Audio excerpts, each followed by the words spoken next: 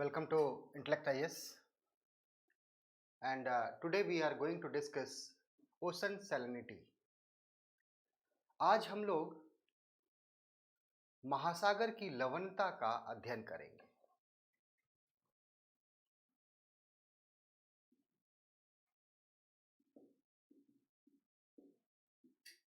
देखिए, हम सभी जानते हैं कि महासागर का जो जल होता है वो कैसा होता है? खारा होता है। उसी को क्या कहा जाता है? महासागरीय लवणता कहा जाता है। सो इसको हम कैसे डिफाइन करेंगे? Salinity. What is salinity? So it is the amount of salt. Amount of salt.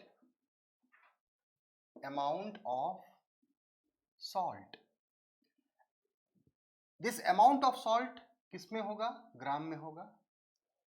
Amount of salt dissolved in 1000 gram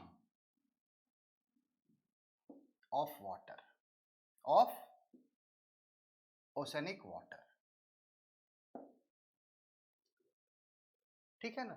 यानी कि 1000 ग्राम जल में, महासागरीय जल में 1000 ग्राम महासागरीय जल में उपस्थित लवण की मात्रा, और लवण की मात्रा किसमें होगी? ग्राम में। ठीक है, इसी को क्या कहा जाता है? सैलिनिटी कहा जाता है। और इसको रिप्रेजेंट कैसे करते हैं? It is represented by part पर 1000 ग्राम, पार्ट पर 1000। ठीक है, इसके लिए सिंबल क्या इस्तेमाल करते हैं? दिस पार्ट पर 1000। ठीक है, यानी कि 1000 पार्ट में कितना पार्ट आपको, कितना ग्राम, 1000 ग्राम में कितना लवण घुला हुआ है, इसी को क्या कहा जाता है? सैलिनिटी कहा जाता है। ठीक है, और इसको रिप्रेजेंट हम किस तरह करते हैं? इस सिंबल से रिप्रेजेंट करते हैं। जैसे मान लिया कि अगर हमने ऐसे लिख दिया तो इसका मतलब क्या है कि समुद्री जल में 1000 ग्राम में कितना ग्राम? 33 ग्राम क्या है? Salt is dissolved. ठीक है, so the amount of salt dissolved in ocean water, इसी को हम लोग क्या कहते हैं? लवणता कहते हैं, और इसको हम लोग पार्ट पर 1000 में डिनोट करते हैं। देखिए, लवणता क्या है? Very important. इस महासागर के लिए, महासागर के कई फीचर्स को क्या कर देता है? ये निर्धारित करता है। जैसे ये जो महासागरीय लवणता है, इसके कारण क्या होता है? आपको density of water, oceanic water determine होता है। ठीक है ना? जैसे क्या होगा? Higher the salinity, higher the density. जहां सैलिनिटी ज्यादा होगा, यानी कि महासागरीय जल का घनत्व किस पर निर्धारित होता है? किसके द्वारा निर्धारित होता है? सैलिनिटी के द्वारा। Higher the salinity, higher the density. ठीक है, तो जहां सैलिनिटी ज्यादा होगा डेंसिटी ज्यादा होगी, जहां सैलिनिटी ज्यादा है वहां घनत्व ज्यादा होगा, और वहां का जल क्या हो जाएगा? सिंक हो जाएगा, नीचे की तरफ बैठ जाएगा। ठीक है ना? तो सैलिनिटी का डिटर्मिनेशन किससे होता है? अब देखिए, जब सैलिनिटी और इसमें क्या होता है? डेंसिटी, दोनों का डायरेक्ट रिलेशन होता है। ठीक है, अब देखिए, सैलिनिटी जो है इवोपोरेशन को भी डिटरमाइन करती है। Evaporation of sea water is also depend upon salinity. अर्थात समुद्री जल के वाष्पीकरण का निर्धारण भी किसके द्वारा किया जाता है? लवणता के द्वारा। हाइयर द सैलिनिटी, अगर सैलिनिटी ज्यादा है तो इवोपोरेशन क्या हो जाएगा? कम हो जाएगा।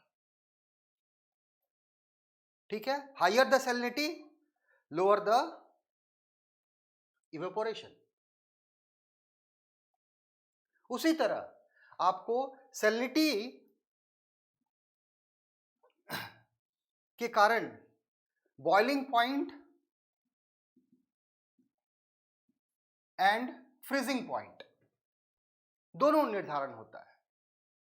यानी कि क्वथनांक उबलने का, कितने डिग्री पर उबलेगा, कितने डिग्री पर समुद्र का पानी जमेगा, बर्फ का रूप लेगा, इसका भी निर्धारण कौन करता है?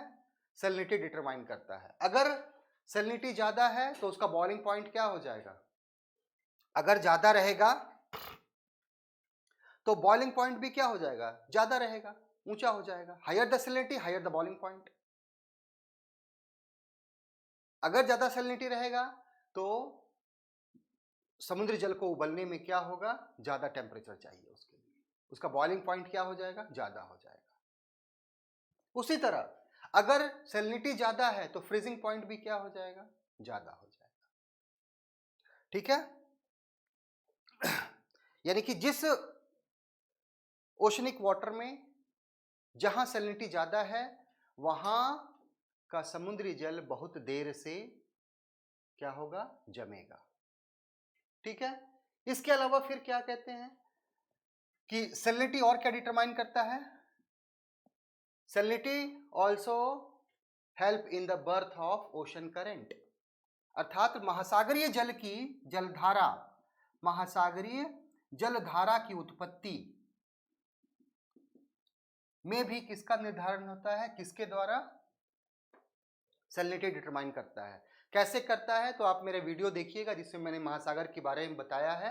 वैसे थोड़ा सा यहाँ बता देता हूँ, महासागरीय जलधारा की उत्पत्ति में कैसे हेल्प करता है सैलिनिटी। तो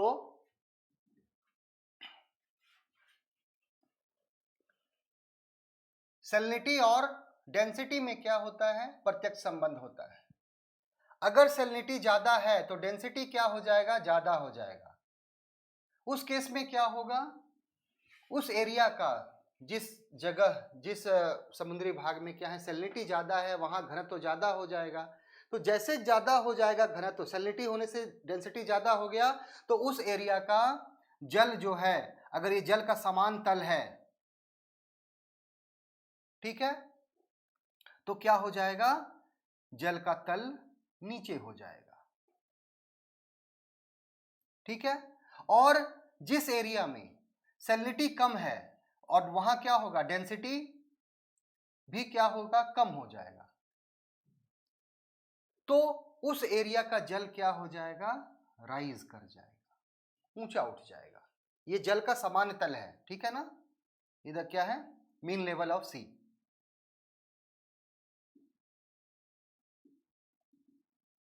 ये समुद्री जल का सामान्य तल है। तो जहां सैलिनिटी ज्यादा है वहां डेंसिटी ज्यादा हो जाएगा, वहां का जल क्या हो जाएगा? सिंक कर जाएगा, नीचे की तरफ बैठ जाएगा, यहां से यहां आ गई। और जहां सैलिनिटी कम है वहां डेंसिटी कम होगा, वहां क्या होगा? वाटर लेवल राइज कर जाएगा। अब देखिए एक स्लोप डेवलप हुआ। अब स्लोप डेवलप होगा तो क्या होगा?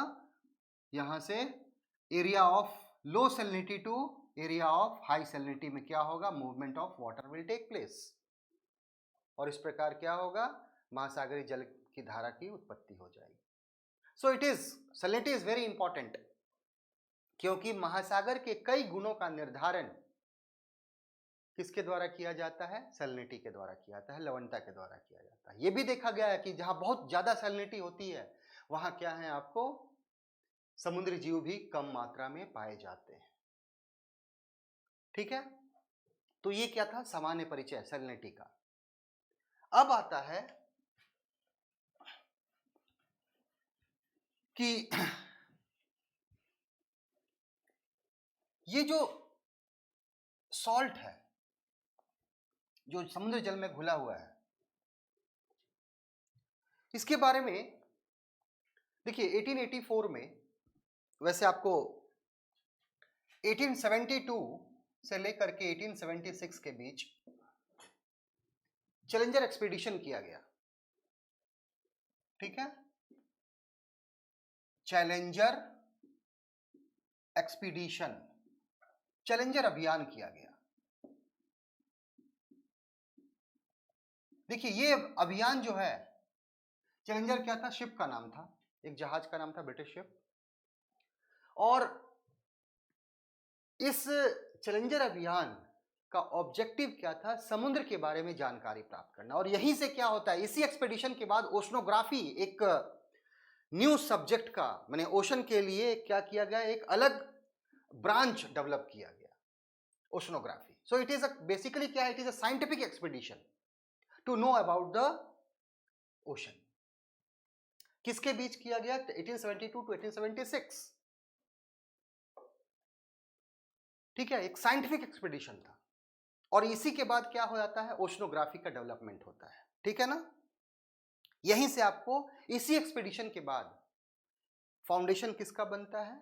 ओशनोग्राफी का।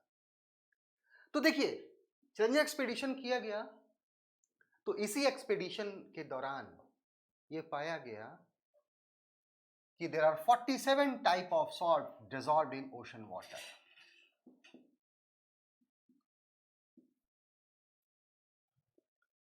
कितने प्रकार के? 47 प्रकार के लवण समुद्र में घुले पड़े हैं, 47 टाइप्स।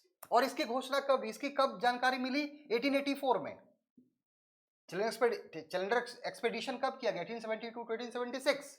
लेकिन बाद में धीरे धीरे उसके बारे में और सारी चीजें क्या होने लगी, बाहर निकलने लगी। तो 1884 में यही चैलेंजर एक्सपेडिशन के कई रिजल्ट था। ये क्या डिक्लेयर किया गया? There are 47 type of salt dissolve in oceanic water. समुद्र में 47 प्रकार के लवण घुले हुए हैं, नमक घुले हुए हैं।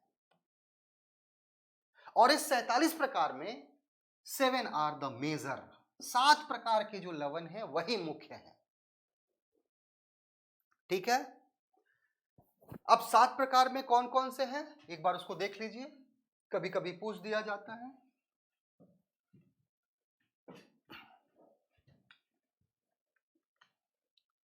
कौन कौन से 7 है मेजर? नंबर 1 सोडियम क्लोराइड,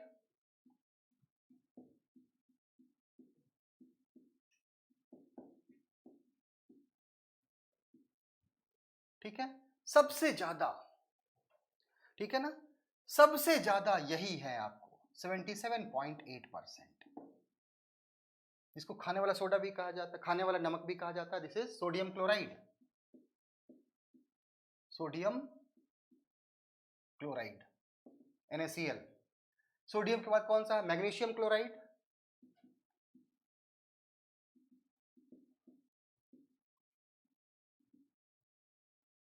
(10.9% के आसपास। उसके बाद कैल्शियम मैग्नीशियम क्लोराइड के बाद magnesium sulphate, magnesium sulphate, then calcium sulphate,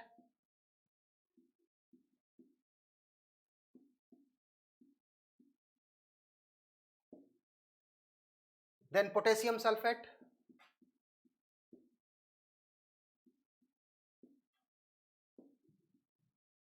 इनकी अमाउंट बहुत कम है वैसे। पोटेशियम सल्फेट के बाद calcium carbonate, calcium carbonate, then magnesium bromide, magnesium bromide सबसे ज्यादा 77.8% ये है। दूसरा मैग्नीशियम क्लोराइड कितना है? 10.9% है। उसके बाद 4.7% ये है आपको मैग्नीशियम सल्फेट, ठीक है। उसके बाद 3.6% कैल्शियम सल्फेट है, 3.6%, 2.5% पोटेशियम सल्फेट है, 0.3% का कैल्शियम कार्बोनेट एंड 0.2% एंड 0.2%। ये परसेंटेज याद रखने की जरूरत नहीं है, बट सबसे पहले वाला और दूसरा ये दोनों याद रखिएगा, कभी कभी PCS में पूछ दिया जाता है। So there are 47 type of salt dissolve in oceanic water, ocean water, ठीक है। और उसमें सबसे ज्यादा क्या है? Sodium chloride and magnesium chloride, ठीक है। अब देखिए, अब ये सोर्स कहां से ये नमक आया, कहां से ओशन में नमक आया? Now we are going to discuss about that. Source of ocean salinity, इसका सूत्र क्या है, कहां से आया? सो वेरी इंपॉर्टेंट, क्योंकि आप देखेंगे बीपीएससी एग्जाम में या यूपीपीएससी एग्जाम में आपको पूछा गया है क्वेश्चन कि महासागरीय जल की जो लवणता है उसका सूत्र क्या है, कहां से वो नमक आया? ठीक है, what are the sources of, क्या सोर्सेज है, मेन सोर्स क्या है? तो देखिए, अर्थ जो ओशन की सैलिनिटी का मुख्य सूत्र क्या है? अर्थ, पृथ्वी। देखिए, जब अर्थ का निर्माण हो रहा था तो अर्थ पहले क्या था? आग का गोला था, it was a ball of fire. और जब इसमें सॉलिडिफिकेशन हो रहा था तो जो इसकी पहली परत जो बनी, उस पहली परत में लवण की बहुत अधिक मात्रा थी। When the first layer of earth was formed, after the cooling of that ball, earth was initially, it was a hot ball, and after the cooling of that hot ball, when the first layer was formed, cooling के दौरान जब पहला layer बनता है, that layer contain huge amount of salt। उसी परत में जब पहली जो परत बनी पृथ्वी का, उस परत में बहुत अधिक मात्रा में क्या थी? लवण था, नमक था। And after the disintegration of that layer, disintegration and decomposition of the first layer which was formed, ठीक है, यानी कि उस पहली परत के विघटन से प्राप्त लवण, ठीक है, विघटन और वियोजन से जो प्राप्त लवण होता है, दैट लवण, वही लवण क्या हुआ? Deposited by river and wind, mainly by river and partially by wind in ocean. ठीक है ना? यानी कि पृथ्वी की उत्पत्ति के समय जो पहली परत का निर्माण होता है, उस परत में अत्यधिक मात्रा में लवण मौजूद था, नमक मौजूद था। उस पहली परत के विघटन से क्या हो गया? लवण अलग हो गए, नमक अलग हो गए, और उस लवण को महाद्वीप के नदियों ने, नदी तथा पवन दोनों ने, लेकिन मुख्य रूप से नदी और गौण रूप से पवन ने क्या किया? समुद्र में लाकर डिपॉजिट कर दिया। ठीक है, तो मेन सोर्स क्या है? अर्थ। ठीक है, अब देखिए दूसरा, देखिए वर्तमान समय में रिवर भी क्या करती है?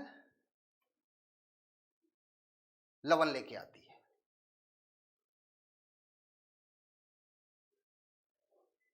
रिवर का वाटर जनरली क्या होता है?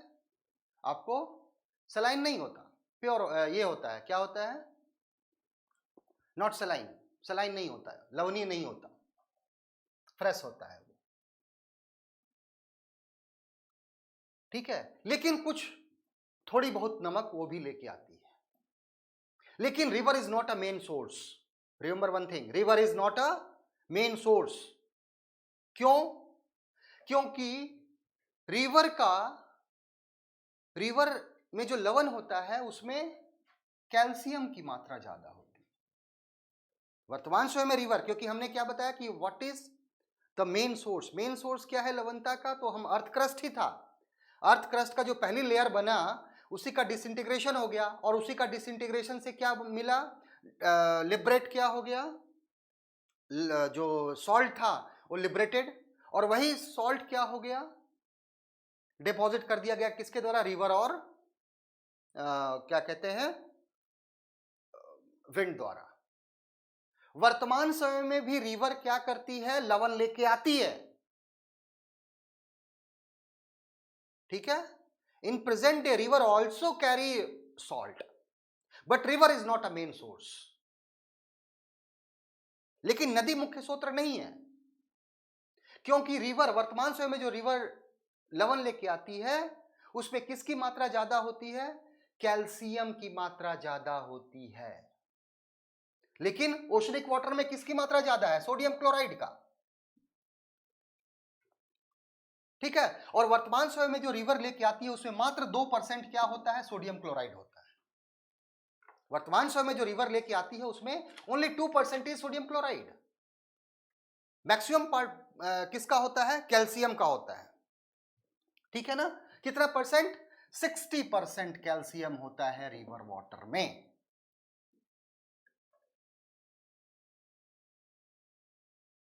ठीक है। और वो भी क्या कर लेता है? यूज्ड बाई जो पेड़ पौधे होते हैं, मेराइन या ऑर्गेनिज्म होता है, वो क्या कर लेता है? उसको खा लेता है। Only 2% sodium chloride is found in river water. That's why river is not considered as the main source of salinity. Source क्या था? कैरी किया किसने? रिवर ने। सोर्स तो अर्थ ही था। अर्थ सरफेस का जो पहला लेयर बना वही, दैट वाज द सोर्स। इसलिए ध्यान से, क्योंकि 100 में से 98 बच्चे क्या कर देते हैं? रिवर को मार देते हैं, river is the main source. No, river source नहीं है। सोर्स तो अर्थ क्रस्ट का वो फर्स्ट लेयर ही था जो क्या बना था? After cooling of the earth. और वही क्या हो जाता है? क्या हुआ? डिसइंटीग्रेट हुआ। उससे विभिन्न प्रकार के लवण क्या हुए हैं? Liberated, and that salt is deposited by river and other आपको एजेंट्स। रिवर मुख्य एजेंट था और पवन भी उसके साथ लेके चला है। तो सेकेंड सोर्स हम किसको माने? But main source is river. Second किसको माना? रिवर को माना। फर्स्ट अर्थ क्रस्ट था, दूसरा river, third volcanic eruption is also.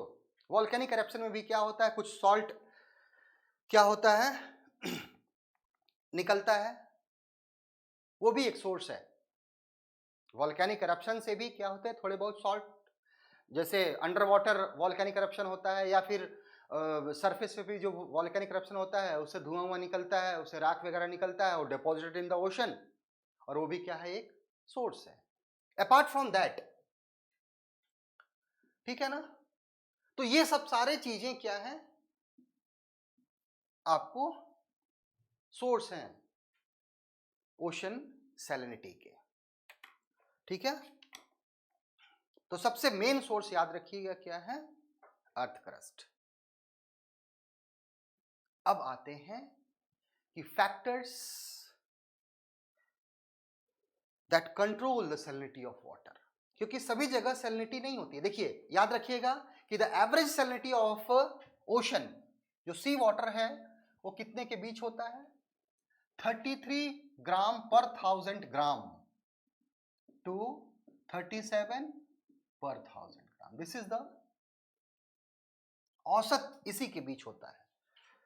The average salinity of oceanic water, the water of ocean is in between, इसी के बीच में होता है। यानी कि महासागरीय लवणता जो होती है 33 से लेकर के 37 के बीच में, सामान्यतः माना जाता है कि 35 ग्राम पर 1000 ग्राम।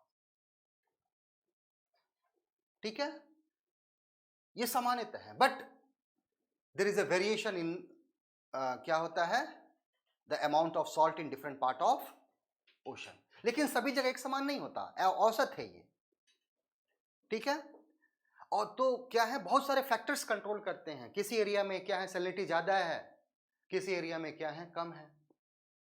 तो बहुत सारे ऐसे फैक्टर्स हैं जो डिटरमाइन करते हैं किसको? सैलिनिटी को। तो हम उसी के बारे में पढ़ने जा रहे हैं। Factors that control the salinity of oceanic water, यानी कि सागरीय लवणता के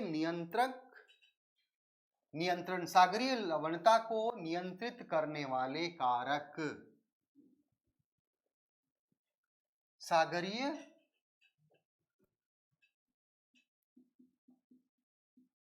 लवणता को नियंत्रित करने वाले कारक, फैक्टर्स दैट कंट्रोल ठीक है, कौन कौन से ऐसे कारक हैं, फैक्टर्स जो कंट्रोल करते हैं? Because average is this, average is in between 33 to 37 gram per 1000 gram, but हम जब पोलर रीजन पे जाएंगे तो वहां सैलिनिटी कम होगा। जहां रिवर का इन्फ्लक्स करती है वाटर ओशन में, उस एरिया में क्या होगा, कम होगा। ठीक है ना, जहां प्रेसिपिटेशन ज्यादा होता है, वर्षा ज्यादा होती है, रेनफॉल ज्यादा होती है जिस ओशनिक एरिया में, वहां क्या होगा, सैलिनिटी कम होगी। जहां एवोपोरेशन ज्यादा होता है और क्या है, रेनफॉल कम होता है, उस एरिया में क्या होगा, सैलिनिटी ज्यादा होगी। So there are many factors that determine or that influence the salinity of ocean. बहुत सारे ऐसे कारक हैं जो क्या कर देता है, सैलिनिटी के डिस्ट्रीब्यूशन को कंट्रोल करता है। ठीक है, सबसे पहला कारक कौन सा है, तो इवेपोरेशन, वाष्पीकरण। ठीक है, evaporation is the first major cause to control the, देखिए evaporation में क्या होगा, if temperature is high what will happen, evaporation will high, तो उस जगह पे क्या होगा, सैलिनिटी क्या होगा, high. This is the condition. But salinity ज्यादा, टेम्परेचर ज्यादा है तो इवेपोरेशन ज्यादा होगा, सैलिनिटी ज्यादा होगा, लेकिन कंडीशन एक होना चाहिए,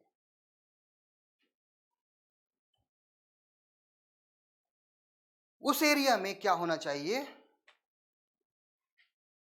ह्यूमिडिटी कम होनी चाहिए, तभी ऐसा होगा। ठीक है ना, यानी कि टेम्परेचर ज्यादा है, इवेपोरेशन ज्यादा है, तो वहां सैलिनिटी तभी ज्यादा होगी जब वहां ह्यूमिडिटी कम होगी, आर्द्रता कम होगी। This is the condition. जैसे आपको जस्ट हम एग्जांपल देते हैं, दिस इज इक्वेटर,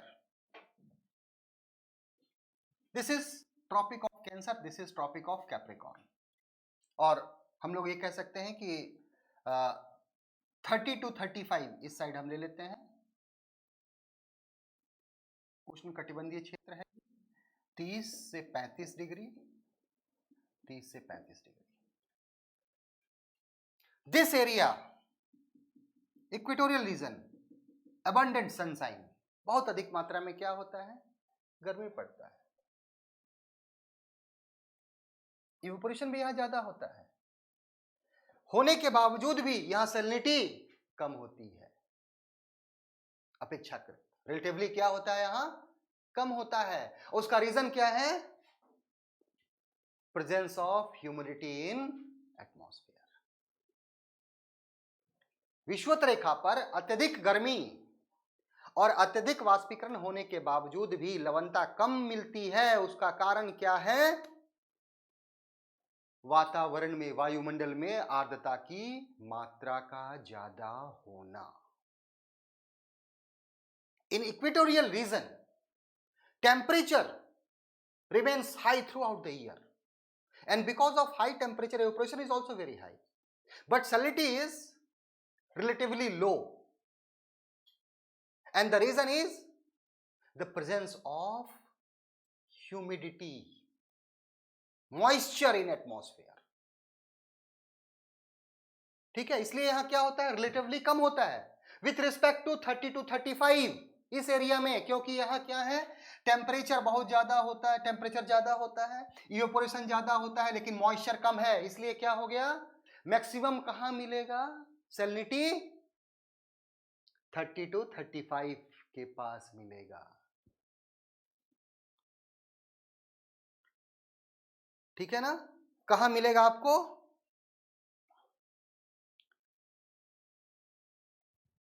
30 से 35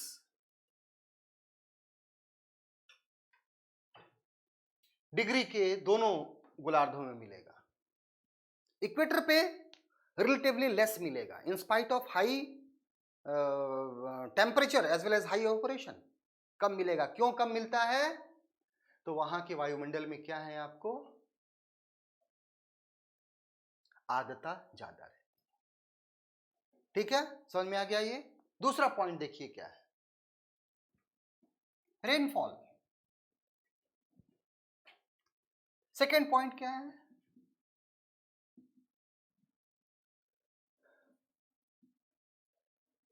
वर्षा।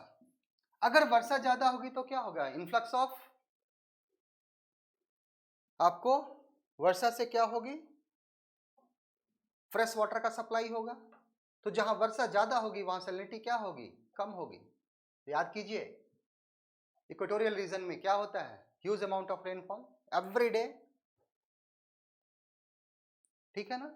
एवरीडे रेनफॉल होगा तो क्या होगा, वहां फ्रेश एयर का, फ्रेश वाटर का सप्लाई होता है, इसलिए वहां लवणता कम होती है। और 20 और वही आपको 20 से 30 के बीच में क्या होता है, 20 to 30 के बीच लवणता ज्यादा होती है, क्योंकि वहां वर्षा कम होती है, 20 से 30 के बीच। उसके बाद तीसरा क्या होगा,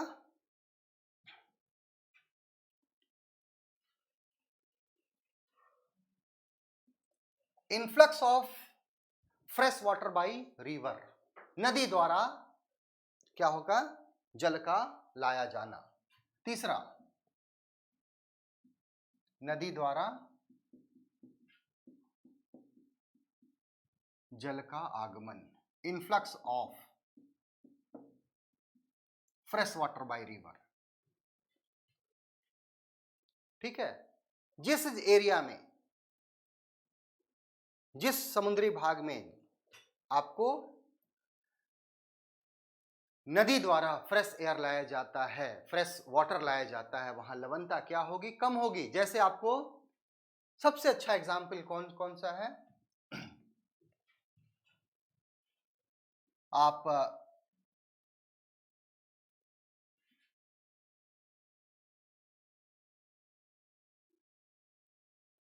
बे of Bengal, Bay of Bengal में लार्ज नंबर ऑफ रिवर्स क्या कर देती है, इन्फ्लक्स करती है। तो आप देखिएगा यहां 20 ग्राम, 21 ग्राम पर 1000 ग्राम इस तरह का मिलता है। ऑन द अदर हैंड आपको इस साइड में अरेबियन सी में नंबर ऑफ रिवर्स कम है, तो यहां क्या है, सैलिनिटी ज्यादा है। और आपको ये देखिए रेड सी, रेड सी में तो बहुत सारा है, बहुत ज्यादा है, 41, 39, जैसे जैसे नीचे आएंगे थोड़ा सा कम होते चला जाएगा। ठीक है, उसी तरह आपको मिसिसिपी मिसौरी रिवर आपको गल्फ ऑफ मैक्सिको में आके गिरती है, वहां सैलिनिटी देखिएगा क्या होता है, वहां कम होगा। तो fresh water influx by river. इसके अलावा एक और एग्जांपल देते हैं आपको,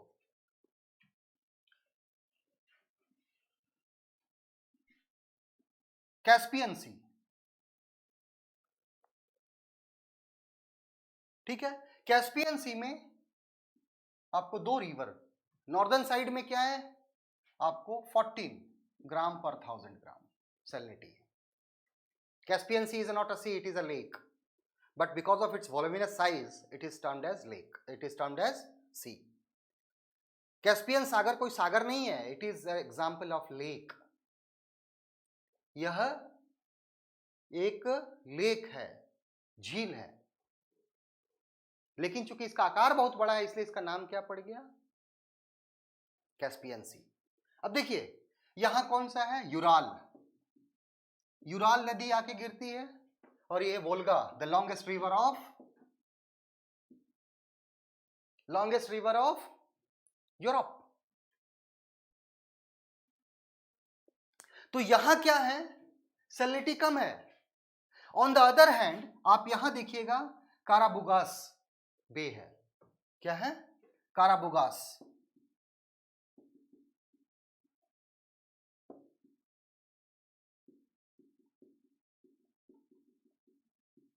यहां सैलिनिटी क्या है, आपको ज्यादा मिलेगी, क्योंकि यहां कोई भी समुद्र में नहीं गिरता आकर के, कोई भी रिवर यहां आके नहीं गिरती। तो याद रखिएगा कि यूराल एंड वोल्गा, ये क्वेश्चन बहुत बार पूछा गया कि कहां यूराल कहां ड्रेन करती है, यूराल रिवर, वोल्गा कहां ड्रेन करती है। इसके अलावा और भी मैं चीज बताता हूं, देखिए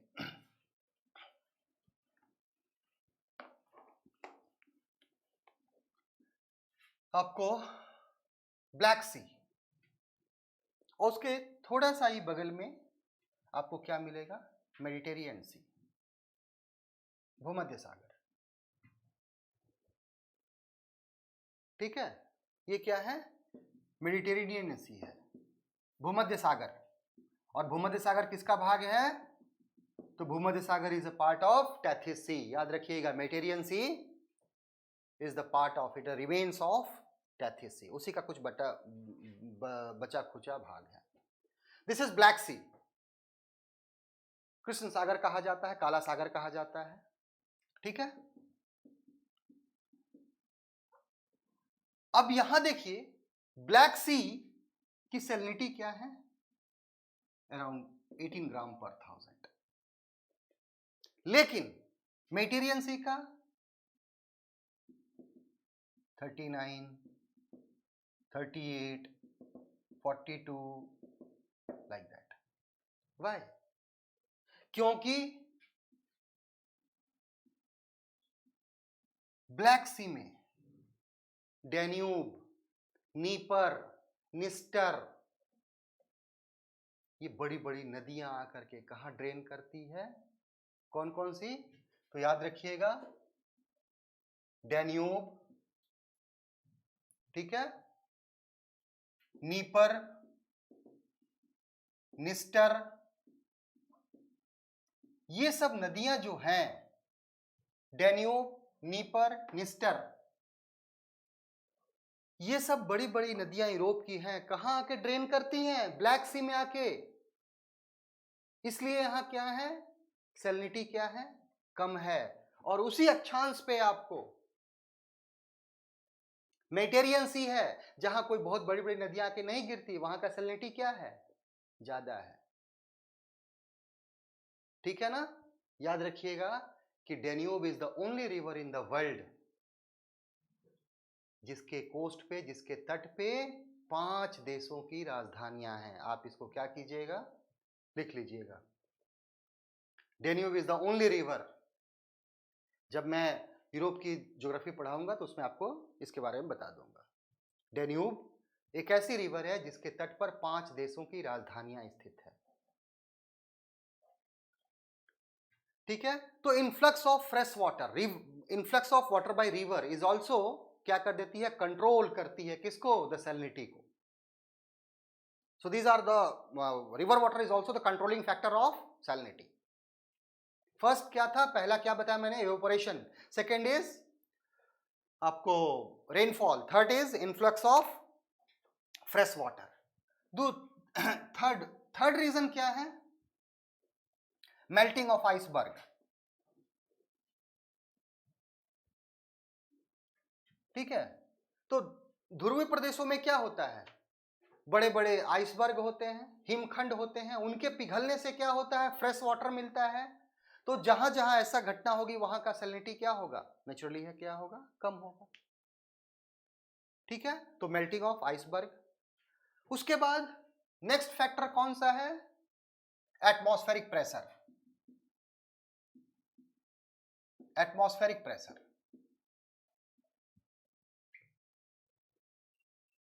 देखिए जहां एटमॉस्फेरिक प्रेशर ज्यादा होगा वहां क्या होगा, वहां सैलिनिटी ज्यादा हो जाएगी।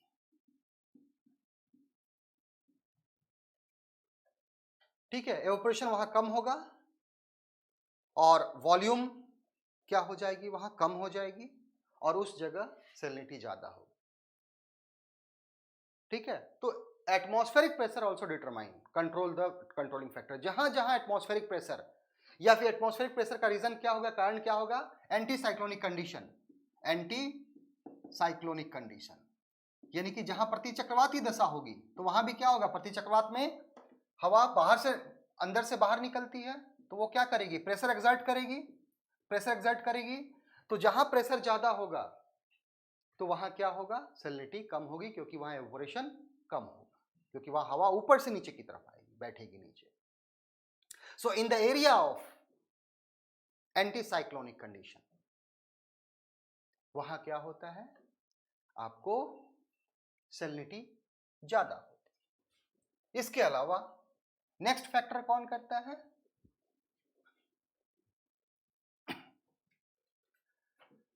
परमानेंट विंड, प्रचलित पवन।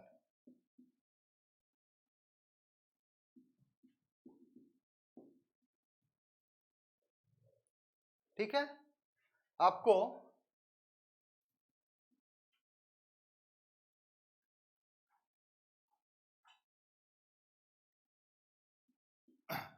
ये क्या था, इक्वेटर, विषुवत रेखा।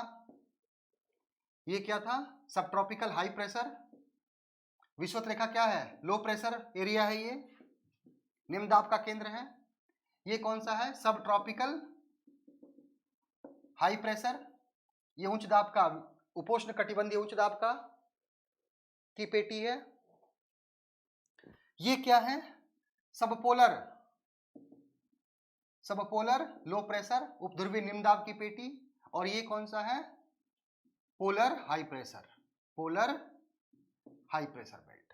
यानी कि ये विषुवतरेखीय निम्न दाब की पेटी है, ये विषुवतरेखीय लो प्रेशर। ये उपोष्ण कटिबंधीय उपोष्ण उच्च दाब की पेटी, उच्च दाब। ये उपध्रुवीय निम्न दाब, उपध्रुवीय निम्न दाब।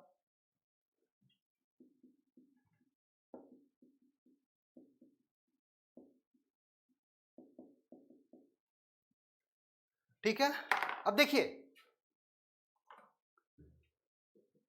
उसी तरह यहां भी पेटी वैसा ही रहेगी।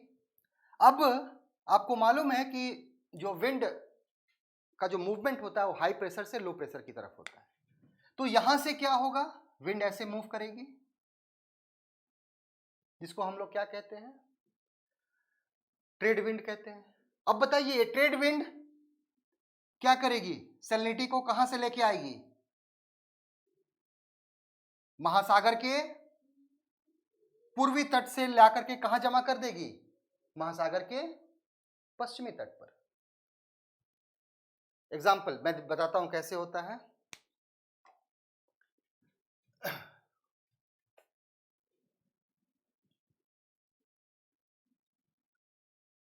ये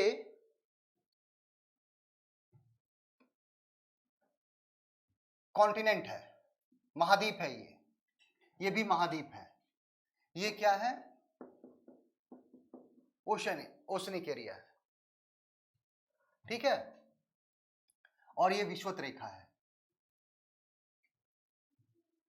ठीक है, तो नॉर्थ साउथ ईस्ट वेस्ट, मैं इसको यहां बना देता हूं, नॉर्थ साउथ ईस्ट वेस्ट। इसका कॉन्टिनेंट का नॉर्थ साउथ ईस्ट वेस्ट, इसका नॉर्थ साउथ ईस्ट वेस्ट। तो देख रहे हैं ना, महाद्वीप का ईस्टर्न पार्ट, महासागर का कौन सा पार्ट हो गया, वेस्टर्न पार्ट। ठीक है ना, महासागर का ईस्टर्न पार्ट, महाद्वीप का कौन सा हो गया, वेस्टर्न पार्ट। और आपको मैंने क्या बताया कि ये यहां से ऐसे चल रही है, ट्रेड विंड। यानी कि व्यापारिक पवन क्या कर देती है, महासागर के पूर्वी तट से, ये पूर्वी तट हो गया महासागर का, देख रहे हैं ना, तट से जल को कहां लेके आ रही है, यहां लेके आ रही है। तो पूर्वी तट की अपेक्षा महासागर के पश्चिमी भाग में, पूर्वी तट नहीं, महासागर के पूर्वी तट की, पूर्वी भाग की अपेक्षा महासागर के पश्चिमी भाग में, महासागर के, क्योंकि महासागर का पश्चिमी भाग महाद्वीप का पूर्वी भाग होगा। The western part of ocean is the eastern part of continent, याद रखना है सब चीजें। तो देखिए ईस्टर्न पार्ट से यहां आ रही है, तो क्या होगा, यहां सैलिनिटी क्या होगा, कम होगा, और यहां क्या होगा। इसलिए याद रखिएगा कि महाद्वीपों के इन लोअर लैटिट्यूड, निम्न अक्षांशों में, महासागर के पश्चिमी भाग में सैलिनिटी ज्यादा होती है थोड़ी सी with respect to eastern part. ठीक है ना। ईस्टर्न पार्ट में की तुलना में वेस्टर्न पार्ट ऑफ ओशन में सैलिनिटी ज्यादा होती है, यानी कि महासागरों के पूर्वी भाग की अपेक्षा पश्चिमी भाग में लवणता ज्यादा होती है, लेकिन किस जगह? सिर्फ निम्न अक्षांशों में। In lower latitude of ocean the salinity is more in western part of ocean with respect to the eastern part. क्यों होता है? तो बिकॉज ऑफ ट्रेड विंड। ठीक है। अब उसके बाद देखिए, यहां कौन सी हवा बहती है? वेस्टर्लीज। किसके बीच? सब पोलर लो प्रेशर और सब ट्रॉपिकल हाई प्रेशर के बीच। यहां कौन सी हवा बहेगी? मिड लैटिट्यूड में देखिए, ये पछुआ हवा है, ठीक है। तो पछुआ हवा क्या करेगी? मिड लैटिट्यूड में, मध्य अक्षांश में, मध्य अक्षांश में महासागर के पश्चिम भाग में लवणता क्या होगी? बताइए। यहां से हवा इधर जा रही है तो लवणता को भी, वाटर को भी उधर पुश करेगी ना, तो यहां सैलिनिटी ज्यादा होगी विथ रिस्पेक्ट टू द, ठीक है। अगर आपसे पूछा जाए कि यूरोप के पश्चिमी तट पर लवणता अपेक्षाकृत ज्यादा क्यों होती है, तो उसका एक कारण क्या है? एक कारण, क्योंकि यहां आपको ओशन करंट्स भी तो आता है, ड्रिफ्ट भी तो आती है। एक कारण क्या है? पछुआ पवन प्रवाह। ठीक है। तो पछुआ हवा क्या कर देती है? देखिए, लोअर लैटिट्यूड में, निम्न अक्षांशों में महाद्वीप, महासागर के पश्चिम भाग में लवणता ज्यादा होगी, पूर्वी भाग में अपेक्षाकृत कम होगी, अपेक्षाकृत रिलेटिवली लेस होगी। क्यों? तो व्यापारिक पवन। मध्य अक्षांशों में क्या होगा? मध्य अक्षांशों में ऑपोजिट हो जाएगा। मध्य अक्षांशों में क्या होता है कि महासागर के पश्चिम भाग की अपेक्षा पूरब भाग में, महासागर का, क्योंकि महासागर का पूरब भाग क्या हो जाएगा? महाद्वीप का पश्चिमी भाग हो जाएगा। ठीक है। लवणता ज्यादा होती है। ठीक है। तो प्रचलित पवन भी क्या करेगा? लवणता को प्रभावित करेगा। उसके बाद तीसरा, नेक्स्ट कॉज क्या है? Ocean current. ओशन करंट, महासागरीय धारा। महासागरीय धारा भी क्या कर देती है? जलधारा भी क्या कर देती है? लवणता को कंट्रोल करने में महत्वपूर्ण भूमिका निभाती है। जैसे देख लीजिए,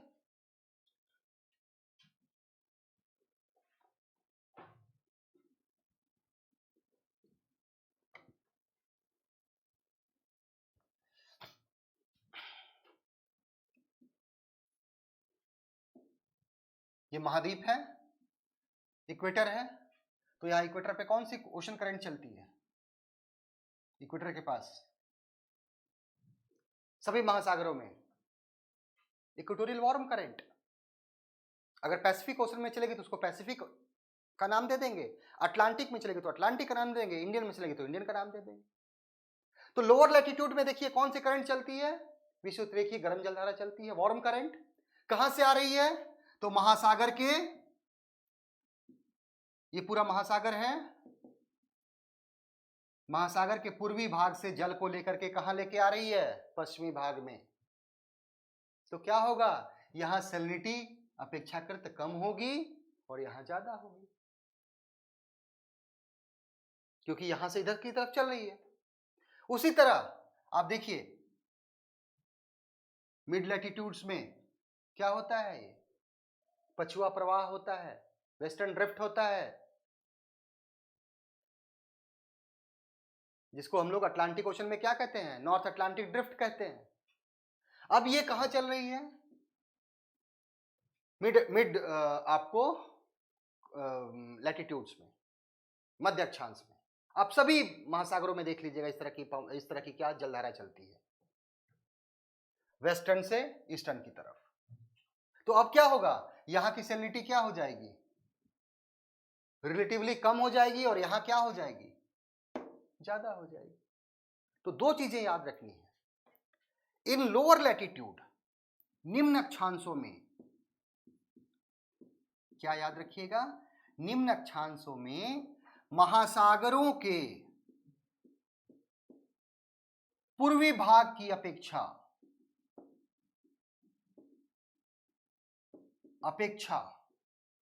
पश्चिमी भाग में लवणता ज्यादा होती है।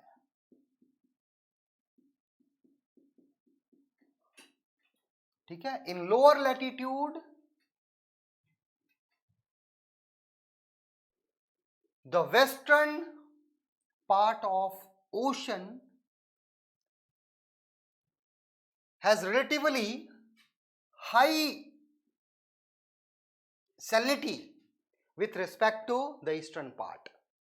और इसका कारण क्या है, दो कारण मैंने बताया, एक व्यापारिक पवन ट्रेड विंड, और दूसरा विषुवतरेखीय गर्म जलधारा, विषुवतरेखीय गर्म जलधारा। उसी तरह इन मिड लैटिट्यूड, मध्य अक्षांशों में महासागरों के पश्चिमी भाग की अपेक्षा पूर्वी भाग में क्या होगी, लवणता ज्यादा होगी। जस्ट इसको अपोजिट कर दीजिएगा। ठीक है, निम्न मध्य अक्षांश में, निम्न की जगह मध्य अक्षांश कर दीजिए, इन मिड लैटिट्यूड, ठीक है, the eastern part of ocean has क्या है, relatively high salinity than the western part of ocean. उसका भी कारण क्या होगा, दो कारण होंगे। पहला कौन सा, पछुआ पवन वेस्टर्लीज, और दूसरा कौन सा हो गया, ड्रिफ्ट। जैसे अटलांटिक में क्या कहते हैं हम लोग, नॉर्थ अटलांटिक ड्रिफ्ट कहते हैं। पैसिफिक में क्या कहते हैं उसको, कुरोशियो ड्रिफ्ट कहते हैं, या उसको हम लोग एक और नाम दे सकते हैं, पैसिफिक ड्रिफ्ट भी कहते हैं, नॉर्थ पैसिफिक ड्रिफ्ट।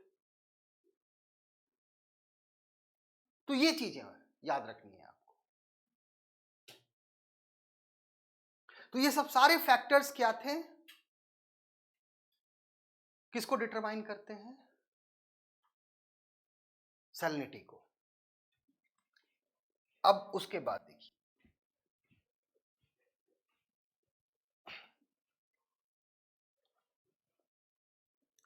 कौन कौन से जोन्स हैं। ठीक है, कौन कौन से जोन्स हैं,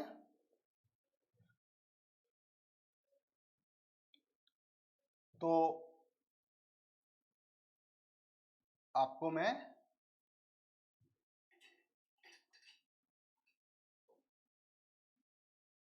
जोन्स ऑफ सैलिनिटी के कौन कौन से जोन्स हैं इसके बारे में आपको मैं बता रहा हूं। ठीक है, 0 से 5 डिग्री ले लीजिए, 5 डिग्री साउथ इक्वेटोरियल जोन है ये। उसके बाद 20 to 30 डिग्री ले लीजिए,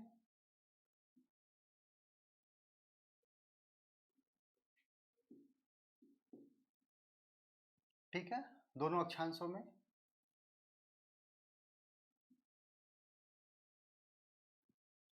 उसके बाद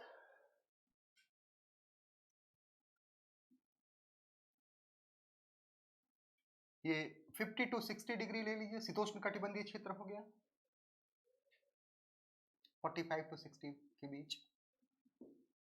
और ऊपर कौन सा हो गया, पोलर रीजन ले लीजिए।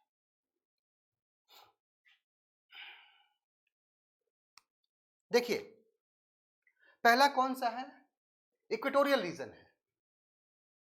इक्वेटोरियल रीजन जो है, विषुवतरेखीय क्षेत्र जो है, ये क्या है, the area of relatively low salinity, यानी कि अपेक्षाकृत कम लवणता का क्षेत्र है, अपेक्षाकृत कम लवणता का क्षेत्र है। और कम लवणता यहां क्यों है? तो यहां के वायुमंडल में आर्द्रता ज्यादा होती है और every day equatorial region receive afternoon rainfall, यानी कि यहां दोपहर में बारिश होती ही होती। 4 PM रेनफॉल कहा जाता है। तो huge amount of water, rain water क्या होता है यहां? इनफ्लक्स होता है। तो रिलेटिवली विषुवतरेखीय क्षेत्र जो है वो क्या है? रिलेटिवली लो होता है यहां, ठीक है, the area of relatively low salinity. उसके बाद देखिए कौन सा? ट्रॉपिकल रीजन, 20 to 30 डिग्री के बीच उष्णकटिबंधीय। आयनवर्ती क्षेत्र कहा था, उष्णकटिबंधीय से 20 और 30 के बीच मैक्सिमम सैलिनिटी मिलती है। मैक्सिमम सैलिनिटी 20 और 30 के बीच, 20 से 35 भी कर सकते हैं। दिस जोन जो है वो मैक्सिमम सैलिनिटी, सबसे ज्यादा सैलिनिटी इसी क्षेत्र में मिलती है। कारण क्या है? टेम्परेचर हाई, तो एवापोरेशन भी हाई है, ये कारण हो गया, क्योंकि हाई टेम्परेचर और हाई एवापोरेशन में क्या होगा? सैलिनिटी ज्यादा होगी। दूसरा, लेस अमाउंट ऑफ रेनफॉल, यहां रेनफॉल भी बहुत कम होती है। एक तो टेम्परेचर ज्यादा है इसलिए एवापोरेशन भी ज्यादा है। दूसरा क्या है? यहां आपको रेनफॉल कम होती है। तीसरा क्या है? ये एरिया कौन सा है? एटमॉस्फेरिक प्रेशर का एरिया है, यहां हाई प्रेशर होता है यहां, ठीक है। This area also registered high pressure, atmospheric pressure, और बिकॉज ऑफ एंटीसाइक्लोनिक कंडीशन, ठीक है। उसके बाद क्या है? शीतोष्ण कटिबंधीय टेम्परेट जोन, 40 से 65 के बीच, 65 के बीच, थोड़ा बढ़ा लीजिए, ऐसा कुछ नहीं है। शीतोष्ण कटिबंधीय क्षेत्र, तो यहां भी क्या, ये क्या है? The area of low salinity, the zone of low salinity,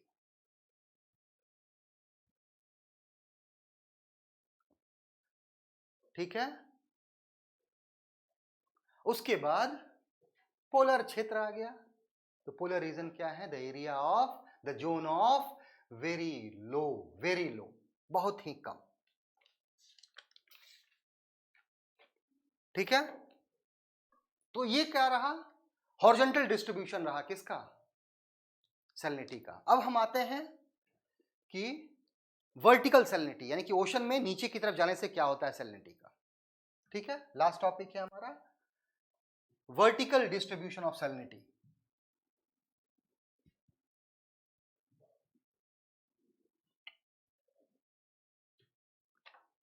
यानी कि लवणता का लंबवत वितरण, यानी कि समुद्र का जल है, ये समुद्र का जल है, तो अंदर जाने में कितना क्या क्या लवणता क्या क्या होगी, कैसे कैसे होगी,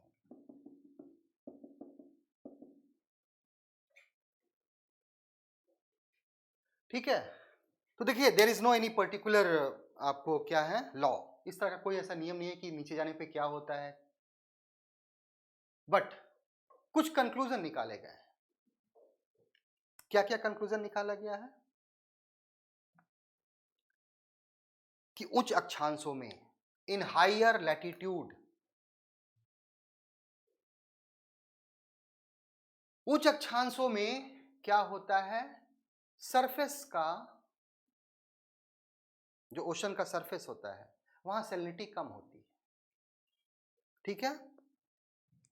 और ये क्या है? हम हाई लैटिट्यूड की बात कर रहे हैं, उच्च अक्षांशों में, उच्च अक्षांशों में, हाई, इन हायर लैटिट्यूड क्या होता है कि सरफेस का सैलिनिटी जो होता है वो कम होता है, और 300 मीटर से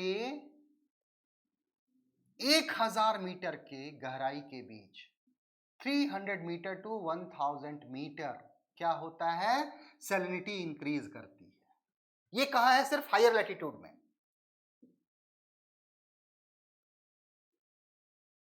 ठीक है। उच्च अक्षांशों में क्या होता है, 300 से 1000 मीटर की गहराई के बीच लवणता में वृद्धि होती है। ठीक है। और 1000 से नीचे क्या हो जाता है, स्टेबल। 1000 मीटर से नीचे क्या हो जाता है, स्टेबल हो जाता है।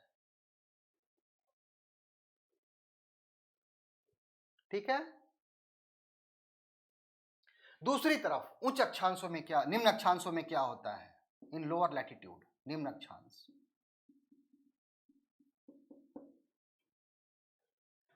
सरफेस में सैलिनिटी ज्यादा होती है और 300 से मीटर से 1000 मीटर की गहराई तक लवणता में कमी आती है। देखिए यहां क्या बताया, उच्च अक्षांशों में, in higher latitude the salinity increases from the depth of 300 metre to 1000 metre. 300 metre से लेकर के 1000 मीटर की गहराई तक उच्च अक्षांशों में लवणता की मात्रा में वृद्धि होती है, उसके बाद स्टेबल, उसके बाद स्थिर हो जाता है। निम्न अक्षांशों में क्या होता है, 300 मीटर से लेकर के 1000 मीटर की गहराई के बीच सैलिनिटी में क्या हो जाता है, कमी आ जाती है। ठीक है। सरफेस में सैलिनिटी ज्यादा होती है, यानी कि अब देखिए 300 से लेकर के 1000 मीटर की गहराई में क्या होता है, यही चेंज, यही क्या हो जाता है, चेंजेस आ रहा है ना, कहीं बढ़ रहा है कहीं घट रहा है। ठीक है ना। 300 मीटर से लेकर के 1000 मीटर के बीच की गहराई में क्या हो जाता है, there is a change in salinity, salinity में चेंज हो रहा है। तो this is called the zone of change in salinity, और इसी जोन को क्या कहता है, हेलोक्लाइन जोन कहा जाता है। क्या कहते हैं इसको, हेलोक्लाइन क्षेत्र या जोन कहा जाता है। क्या कहते हैं, हेलोक्लाइन। इसी परत को, यानी कि कौन सी परत, 300 मीटर से 1000 मीटर की गहराई का जो क्षेत्र है, क्योंकि इसी क्षेत्र में चेंजेस आता है, चेंज इन सैलिनिटी। कैसे चेंज आया, तो आप देख ले रहे हैं ना, उच्च अक्षांशों में बढ़ेगा, निम्न अक्षांशों में घटेगा। ठीक है। तो ये हमारा जो टॉपिक रहा वो किस पर रहा, लवणता। ठीक है। तो आप लोग नेक्स्ट टॉपिक में, नेक्स्ट वीडियो में हम लोग किसके बारे में, छोटे छोटे 2-3 टॉपिक हैं उसके बारे में अध्ययन करेंगे। ओके, तब तक गुड बाय।